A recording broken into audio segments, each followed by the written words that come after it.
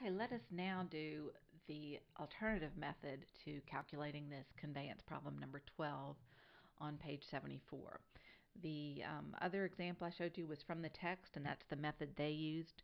This is a different method. It's kind of a shortcut, I think it is, but whatever works better for you. But I just wanted to show you the two methods. So we'll read the fact pattern again. Adam owns a tract of land in fee simple 100% and makes the following conveyances. Adam conveys to Baker a 1/16 royalty. Adam then conveys to Charles a 50% mineral interest without warranty. Adam then conveys to Dean 1/2 of my interest. And then Adam conveys to Edwards a 1/32 royalty. So they want you to complete the chart. This is what the chart looks like. I've added this extra column E just because I want you to know from a practical standpoint who's going to be writing the check to this interest owner. And so then they add another fact. Adam then leases to Big Oil with a 20% royalty, and they want to know what Adam's net revenue interest is. So we'll cover that, and we'll complete this chart. So the first thing I do is I want to make sure I figure out who the mineral interest owners are, the working interest owners. And so if I'm chaining title, I'm gonna write down any deeds. I'm gonna write the volume and page and what it is. But because it's not a conveyance of a mineral interest, if I'm running the chain of title for purposes of leasing, I'm not really going to pay any attention to that deed because it doesn't affect the mineral interest. In other words, I'm not going to take a lease from someone that owns a 1/16 royalty, what we also know as a non-participating royalty interest. That's one of the reasons it's non-participating, is because they cannot sign it. So I'll go ahead and write it down, and we'll start with Adam with 100% working interest.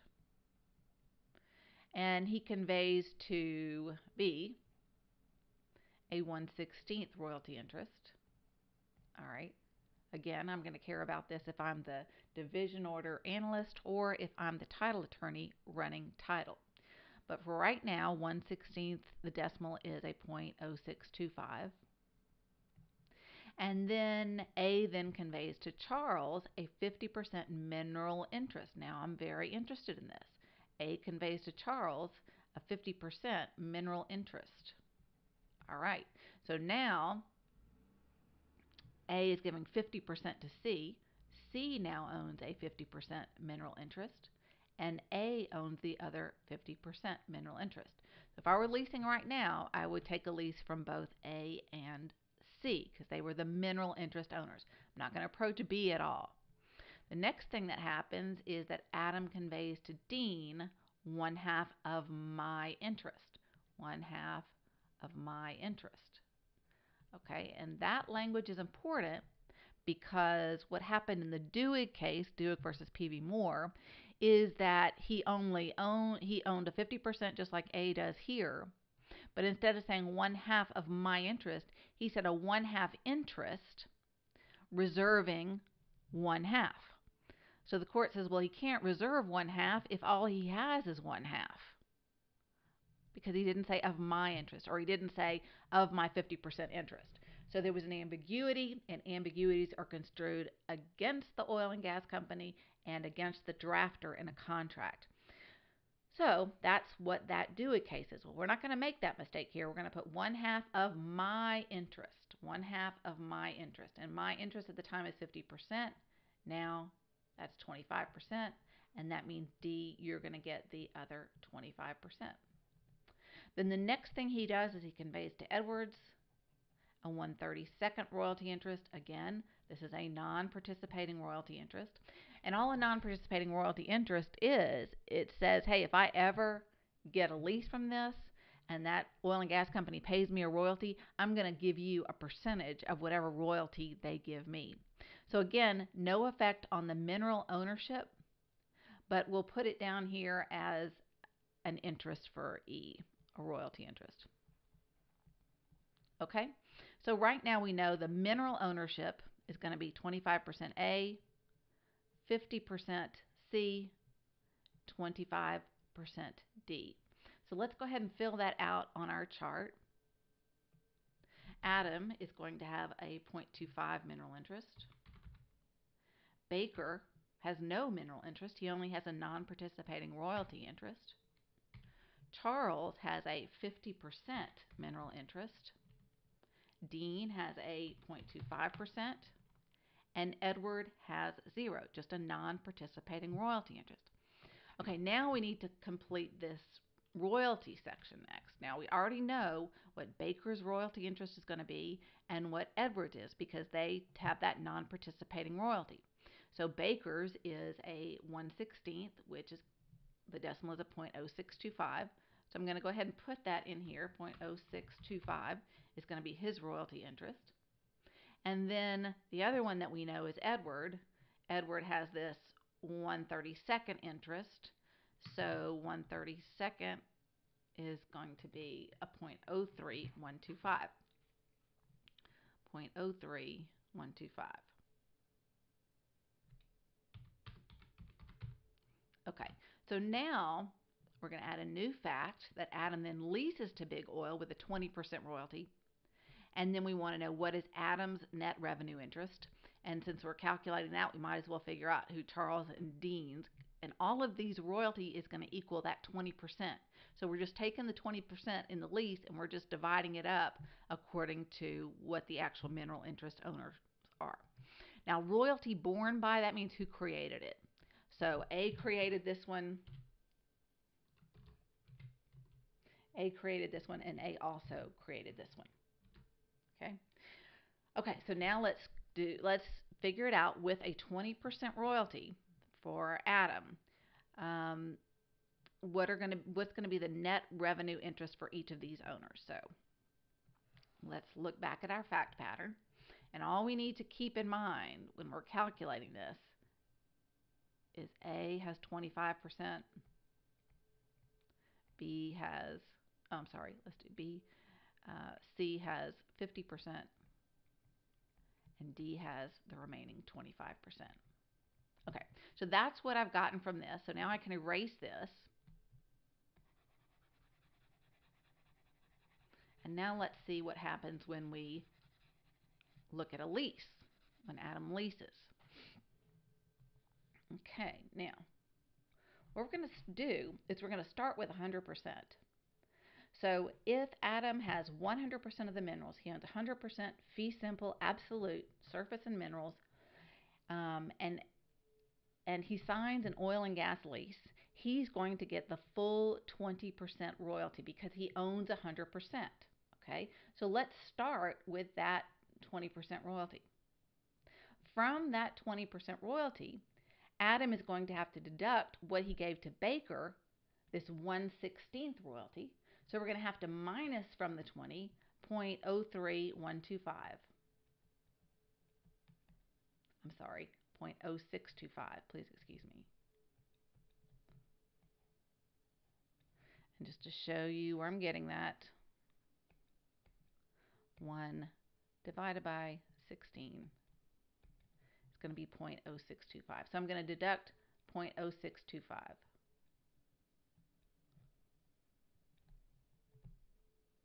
0.0625.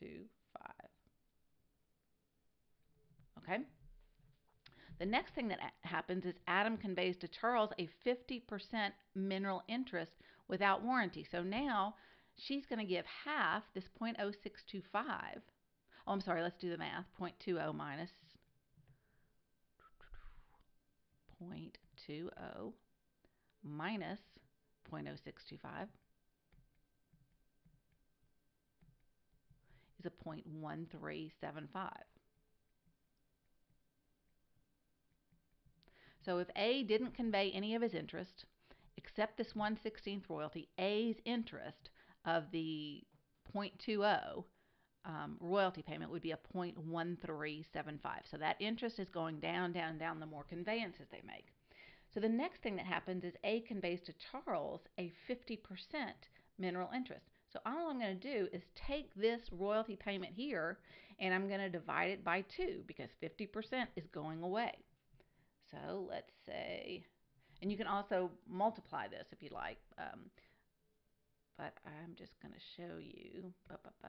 If you multiplied it, it'd be 0.1375 times 50%, or you can say 0.1375 divided in 2.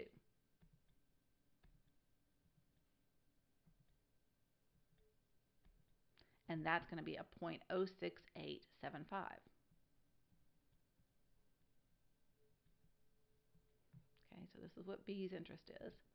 And then that's going to give us a 0.06875, which we are going to deduct from the 1375. That's 50% of it, or half of it. And that's going to give us 0.1375 minus 0.06875.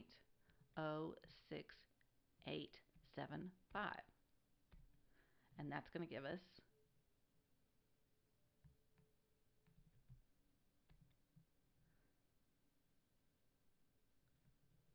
let me do that again, 0.1375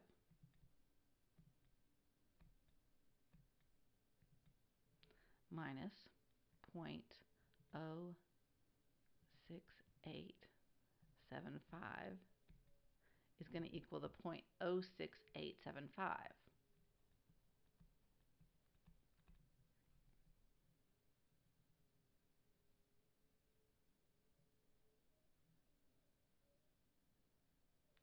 Now, the next fact pattern is that Adam then conveys to Dean 1/2 of my interest. 1/2 of my interest, so Dean is going to get 1/2 of this 0.06875.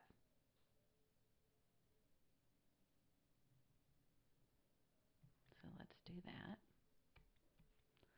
0.06875 divided by 2 for the 50%. Going to be 0.034375.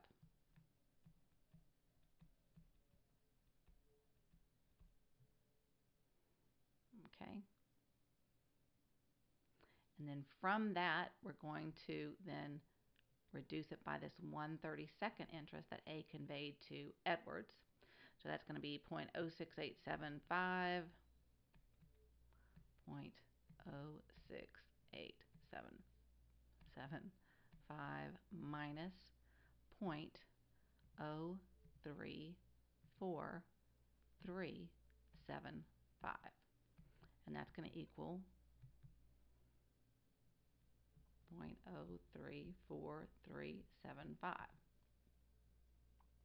So this is going to be D's interest. And now we're going to deduct from this 0.03435 what E's interest is, this 1/32nd royalty, which is a 0.0325, 0.03125. And we're going to deduct that from that 0.03435.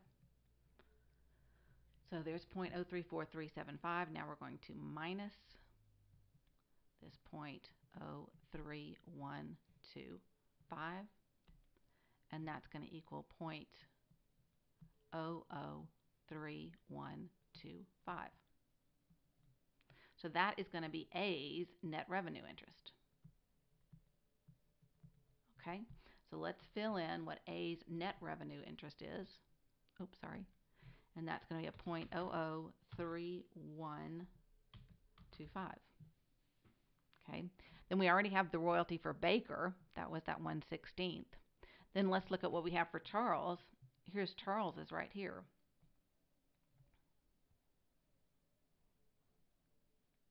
So Charles is going to have, sorry, I lost my screen there. So Charles is going to have this 0.06875.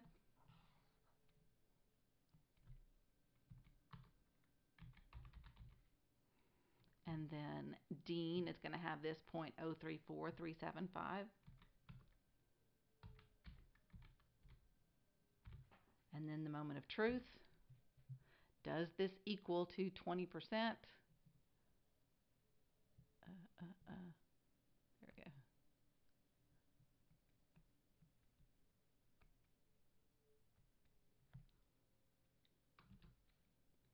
Okay, let me do auto sum here.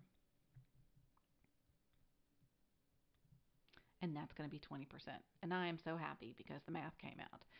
But you see, it came out the same way regardless if you use the method that was in the text or you use this method, just whatever your personal preference is. So this royalty is going to be born, they created this, these were created by the oil company. But I just want you to know then who is going to actually pay the check. And that is going to be Big Oil. Big Oil writes the check for each of these. Even though it's technically coming out of A's interest, A is not going to have to pay it. Big Oil is going to have to pay it. And this is what your division order pay sheet is going to look like. It's going to have these fractions here, and all the fractions are going to equal whatever the royalty that was in a given lease, depending on everybody's interest. Okay, so hopefully that was clear. And again, just choose your method, and I look forward to seeing you in the next presentation.